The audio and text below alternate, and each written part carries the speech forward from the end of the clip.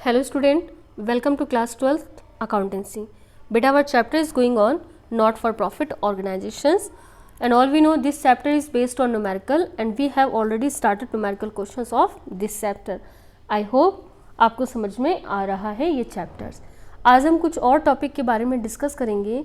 Adjustment है जो already आप क्लास 11th में पढ़ चुके हो बेटा, लेकिन उन्हीं एडजस्टमेंट को हम नॉट फॉर प्रॉफिट ऑर्गेनाइजेशंस में डिस्कस करेंगे.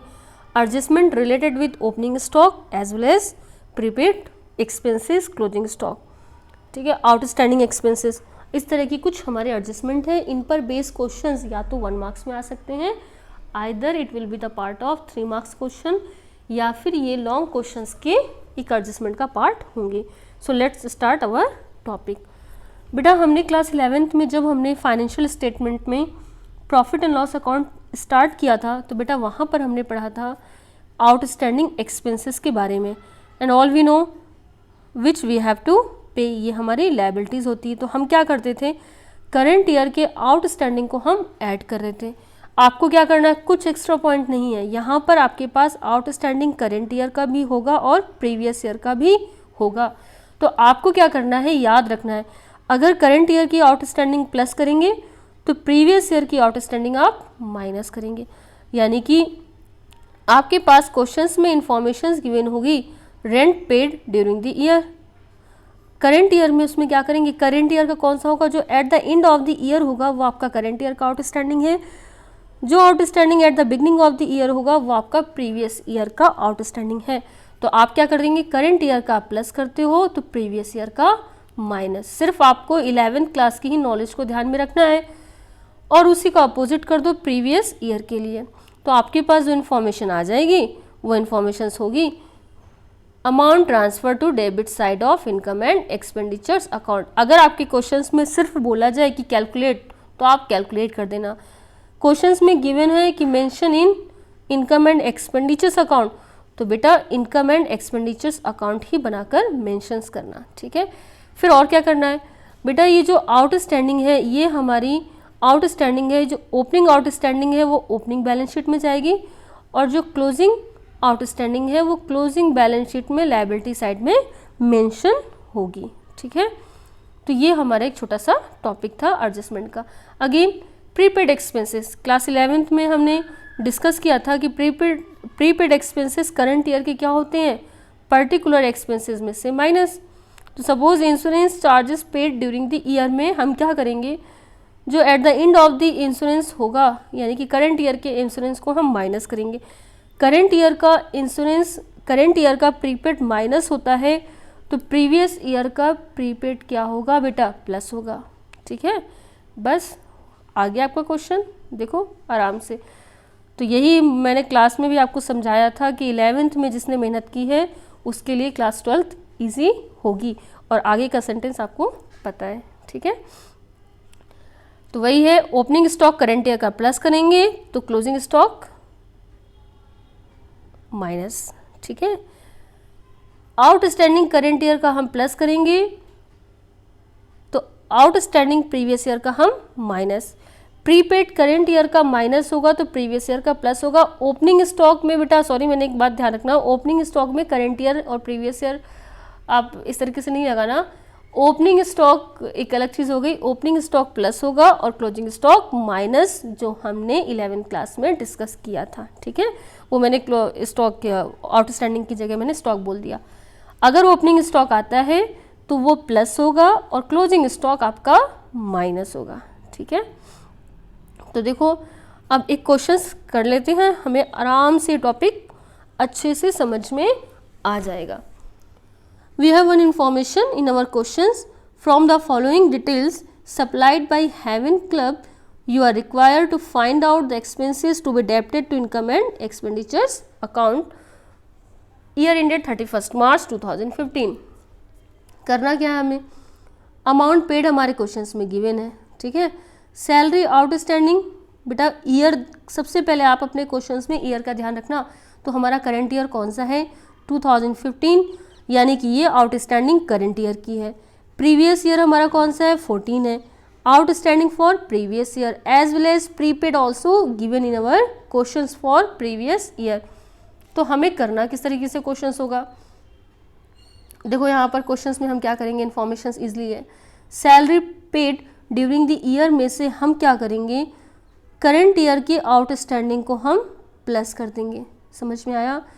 सैलरी जो लास्ट ईयर की प्रीपेड था, लास्ट ईयर का प्रीपेड क्या करेंगे हम, वो भी हम ऐड कर देंगे। एंड जो प्रीवियस ईयर की आउटस्टैंडिंग है वो हमने माइनस कर दिया, तो amount transfer to income and expenditures account हमारे पास आ गई। ठीक है, वेरी इजी। अब इतना सा आसान क्वेश्चंस में अगर आपने ध्यान नहीं दिया तो या तो आपके 1 मार्क्स जाएंगे या फिर आप अपने ज़्यादा मार्क्स लूज करने के लिए तैयार हो जाइए। फिर बताया है ये आपका either it will be the part of 8 mark questions, और ये फिर 6 मार्क्स के क्वेश्चंस का या तो ये पार्ट हो सकता है या फिर ये इंडिपेंडेंट क्वेश्चंस 3 और 1 मार्क्स में आ सकता है। ठीक है, अब हम एक क्वेश्चंस और ले लेते हैं बेटा। हमारे पास क्या इन्फॉर्मेशन है, देखो on payment side of the receipt and payment account. देखो इन्फॉर्मेशन कहाँ गिवन है, रिसिप्ट एंड पेमेंट अकाउंट में क्या है, एंडिंग 31 मार्च 2015 में telephone expenses at a figure of 2650 ये है। Amount prepaid in respect of telephone expenses in the beginning of the year and at the end of the year is given. तो बेटा ये कौन से आपके, ये प्रीपेड है।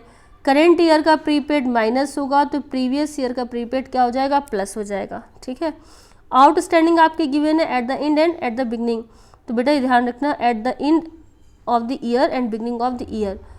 आउटस्टैंडिंग करेंट ईयर का आउटस्टैंडिंग आपका प्लस होगा तो प्रीवियस ईयर का माइनस हो जाएगा। अब बस आपको क्या करना है, वैल्यू डाल देनी है अपने क्वेश्चंस में।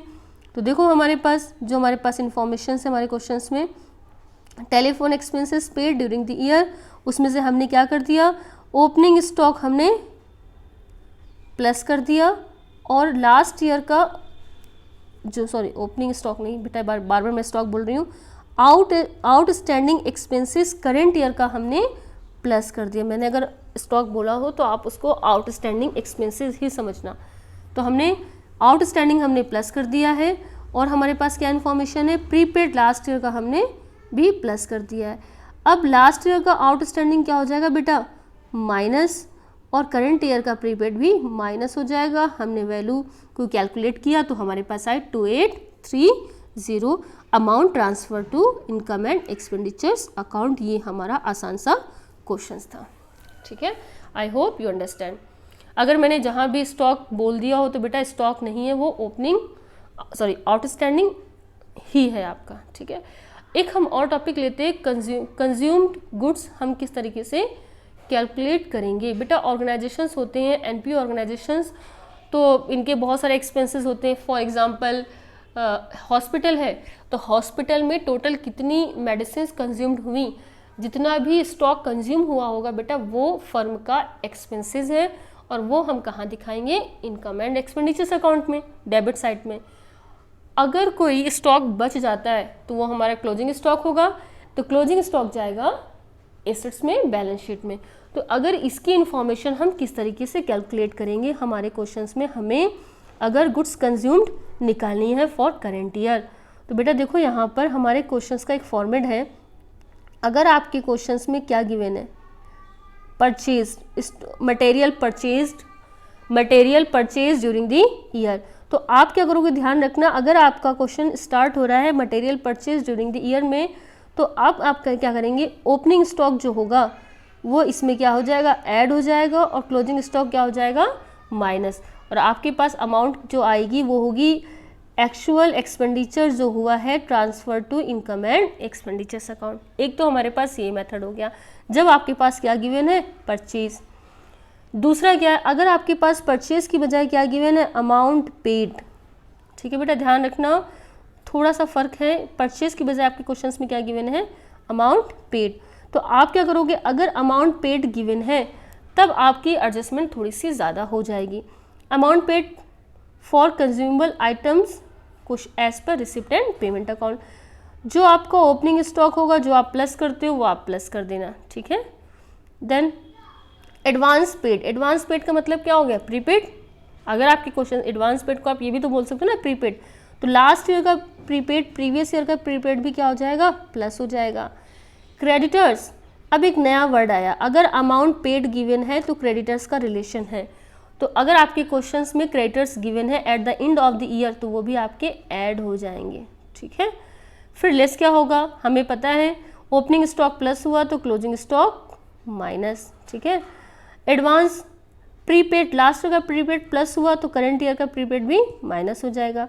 क्रेडिटर्स, अगर ओपनिंग करंट ईयर के क्रेडिटर्स या क्लोजिंग क्रेडिटर्स प्लस हुए हैं तो ओपनिंग क्रेडिटर्स माइनस हो जाएंगे, ठीक है।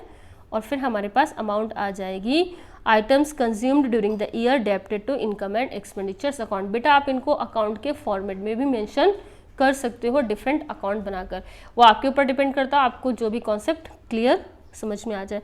एक बार मैं आपको अकाउंट्स भी समझा देती हूँ, देखो किस तरीके से बनेगा आपका अकाउंट। क्रेडिटर्स अकाउंट है ये। क्रेडिटर्स अकाउंट्स क्या है, लायबिलिटीज़ है। लायबिलिटीज़ को ओपनिंग बैलेंस हमारा क्या होगा, हमेशा क्रेडिट होगा, तो ओपनिंग क्रेडिटर्स किस में आ जाएंगे, क्रेडिट में। क्लोजिंग क्रेडिटर्स किस में आ जाएंगे, कॉमन सेंस की बात है, डेबिट में, ठीक है। करंट ईयर में कोई परचेज होगी क्रेडिट में तो वो हमारे क्रेडिटर्स को इंक्रीज करेगी, क्रेडिट में आ जाएंगे, ठीक है। एडवांस अगर हमने at the end of the year कुछ पे किया है तो वो हमारा वो भी क्या हो जाएगा, ऐड हो जाएगा। और लास्ट ईयर का कुछ एडवांस था तो वो हमारा किस में आ जाएगा, डेबिट में। और जो भी बैलेंसिंग फिगर आएगा वो होगी अमाउंट पेड, ठीक है, या cost of goods consumed during the year. Cash paid, जो हमने एक्चुअल में कैश पे किया है वो हमारे जो एक्चुअल में हमने कैश पे किया है वो हमारी कैश पेड की अमाउंट आ जाएगी, ठीक है। फिर अब हम देखते हैं दूसरा वाला, स्टॉक। अगर हमारे पास कंज्यूमर आइटम्स गिवन है तो हम क्या करेंगे, ओपनिंग बैलेंस पता ही आप लोग को डेबिट होगा तो क्लोजिंग बैलेंस क्या हो जाएगा, क्रेडिट। क्यों होगा, स्टॉक आपकी एसेट्स है और उसका ओपनिंग बैलेंस हमेशा डेबिट होता है, क्लोजिंग बैलेंस हमेशा क्रेडिट होगा। कोई नई परचेज है तो उसको आपने ऐड कर दिया और जो भी डिफरेंस आया वो क्या होगा, आपका amount to be transfer to income and expenditures account. बेटा इसको बेटर रहेगा अगर हम एक न्यूमेरिकल से सॉल्व करते हैं, समझते हैं। तो हम एक न्यूमेरिकल से, हमारे पास इन्फॉर्मेशन, एक छोटा सा क्वेश्चन है आपकी बुक का, क्वेश्चन नंबर 22, ठीक है। तो देखो इस क्वेश्चन में क्या इन्फॉर्मेशन है, we have to on the basis of information given below calculate the amount of stationery to be debited to the income and expenditures account of the goods health sports club for the year in date 31 March 2018। तो बेटा देखो हमारे पास क्या information है, 18 current year है तो 17 क्या होगा आपका, previous year. Stock of stationery given है, opening and closing balance. Creditors given है, ओपनिंग एंड क्लोजिंग। फिर और क्या इन्फॉर्मेशन है, stationery purchase during the year 75,000। बेटा एक बात याद रखना, अगर आपके क्वेश्चन में परचेज गिवन है, material purchase, stationery purchase, medicine purchase, तो क्रेडिटर्स की कोई भी एडजस्टमेंट नहीं होगी, क्रेडिटर्स का कोई भी रोल नहीं है। फॉर एग्जांपल हमने लिखा टोटल कितना हमने परचेज किया है, 75,000। जो हमारा ओपनिंग स्टॉक है उसको हमने प्लस कर दिया, क्लोजिंग स्टॉक हमने माइनस कर दिया, 78,000। अब यहाँ पर फिर ये बात है, फिर इतना आसान क्वेश्चन है तो हमारे सिलेबस में इसकी ज़रूरत क्या, या इस तरह का इंडिपेंडेंट क्वेश्चंस क्यों आता है। एक तो न्यूमेरिकल क्वेश्चंस का ये पार्ट हो गया, दूसरा क्या हो गया कि ये लेवल का क्यों क्वेश्चंस है। बेटा बच्चे क्या करते हैं, वो ध्यान नहीं रखते हैं, उनको याद नहीं रहता कि कब उनको क्रेडिटर्स की एडजस्टमेंट करनी है और कब क्रेडिटर्स की एडजस्टमेंट नहीं करनी है। तो ये बस याद रखना पॉइंट्स कि अगर परचेज्ड गिवन है, मटेरियल परचेज्ड, स्टेशनरी परचेज, तो क्रेडिटर्स की कोई भी एडजस्टमेंट नहीं होगी, ठीक है। अगर गिवन है आपके क्वेश्चन में अमाउंट पेड, तब आपकी एडजस्टमेंट होगी। तो इसका भी क्वेश्चन हम सॉल्व कर लेते हैं मच बेटर। नेक्स्ट क्वेश्चन जो हमारे पास इंफॉर्मेशन है बेटा वो है, देखो यहाँ पर हमारे पास इंफॉर्मेशन है, extract of a receipt and payment account for the year ended on March 31, 2006। Payment given है आपका। अब देखो यहाँ पर पेमेंट है या अमाउंट पेड आपके क्वेश्चंस में गिवन है। पेमेंट मेड कितना है, payment stationery 23,000 and additional information क्या है, stock of stationery and creditors for stationery. बेटा इसी पॉइंट्स पर ही तो हमने लास्ट क्वेश्चंस में डिस्कस किया था। यहाँ पर अमाउंट पेड है, क्रेडिटर्स की एडजस्टमेंट होगी। लास्ट वाले क्वेश्चंस में परचेज्ड था तो क्रेडिटर्स की एडजस्टमेंट नहीं होगी। बस इतना सा आपको ध्यान रखना है, ठीक है बेटा। तो चलो सॉल्व करते हैं। अमाउंट पेड कितना है बेटा, हमारे क्वेश्चंस में एक बार छोटा सा कर लेते हैं। हाँ, अमाउंट पेड हमारे क्वेश्चंस में कितना है बेटा, 23,000। क्लियर। फिर अब हमें क्या करना है, हमने पेमेंट लास्ट ईयर का, जो लास्ट ईयर के क्रेडिटर्स को हम क्या करते हैं बताओ बेटा, लास्ट ईयर के क्रेडिटर्स को लेस करेंगे और करंट ईयर के क्रेडिटर्स को हम प्लस करेंगे। स्टॉक ओपनिंग प्लस होगा और क्लोजिंग माइनस। ठीक है, तो हमने क्या किया, लास्ट ईयर के क्रेडिटर्स को हम प्लस करेंगे। तो देखो ओपनिंग स्टॉक हमें payment made not yet made, मतलब लास्ट ईयर के क्रेडिटर्स, वो सॉरी करंट ईयर के क्रेडिटर्स को हम प्लस करेंगे, करंट ईयर के क्रेडिटर्स को हम प्लस करेंगे, लास्ट ईयर के क्रेडिटर्स को हम माइनस करेंगे।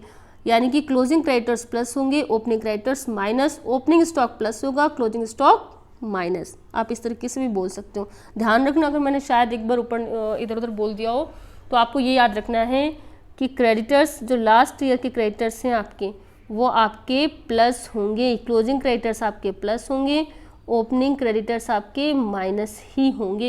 इतना ध्यान रखना है। तो आपके जो लास्ट ईयर के क्रेडिटर्स हैं वो गिवन है 2500। ठीक है, हमने ऐड कर दिया। करंट जो आपके, फिर मैंने आपको उल्टा ही बोल दिया कोई बात नहीं, इतना क्वेश्चन इतना छोटा सा लिखा हुआ है, फिर से एक बार समझ लो, कहीं आपको कन्फ्यूज़न ना हो। ठीक है, ये हमारे पास क्रेडिटर्स लास्ट ईयर के हैं और ये हमारे पास करंट ईयर के क्रेडिटर्स हैं। करंट ईयर के क्रेडिटर्स प्लस होंगे, लास्ट ईयर के क्रेडिटर्स आपके माइनस होंगे। ठीक है, अब हमने क्या किया बेटा, देखो यहाँ पर लास्ट ईयर के क्रेडिटर्स को हमने क्या किया, creditors at the beginning of the year हमने उनको माइनस कर दिया, और जो करंट ईयर के थे उनको हमने क्या कर दिया, प्लस कर दिया। तो हमारे पास कितनी वैल्यू आई, 16,500। बेटा ये क्या होगा, ये वैल्यू होगी स्टेशनरी परचेज्ड। ये अमाउंट किसकी है बेटा, स्टेशनरी परचेज्ड। ठीक है, पहले हमने क्रेडिटर्स की एडजस्टमेंट कर ली, तो हमारे पास क्या निकल आया, स्टेशनरी परचेज्ड। ठीक, फिर हम क्या करेंगे, अब हम ओपनिंग स्टॉक को हम प्लस कर देंगे। ओपनिंग स्टॉक है हमारे पास 4000, क्लोजिंग स्टॉक है हमारे पास 3000, माइनस कर दिया तो हमारे पास अमाउंट आई 17,500। ठीक है, आराम से क्लियर हो गया होगा आपको ये क्वेश्चन। चलो, आई होप यू अंडरस्टैंड। और बेटा इसके बाद नेक्स्ट लेक्चर्स में we will solve one numerical question, complete numerical question, long answer type questions, और वहाँ से आपका चैप्टर फिर कंप्लीट होना स्टार्ट हो जाएगा। ठीक है, थैंक यू बेटा।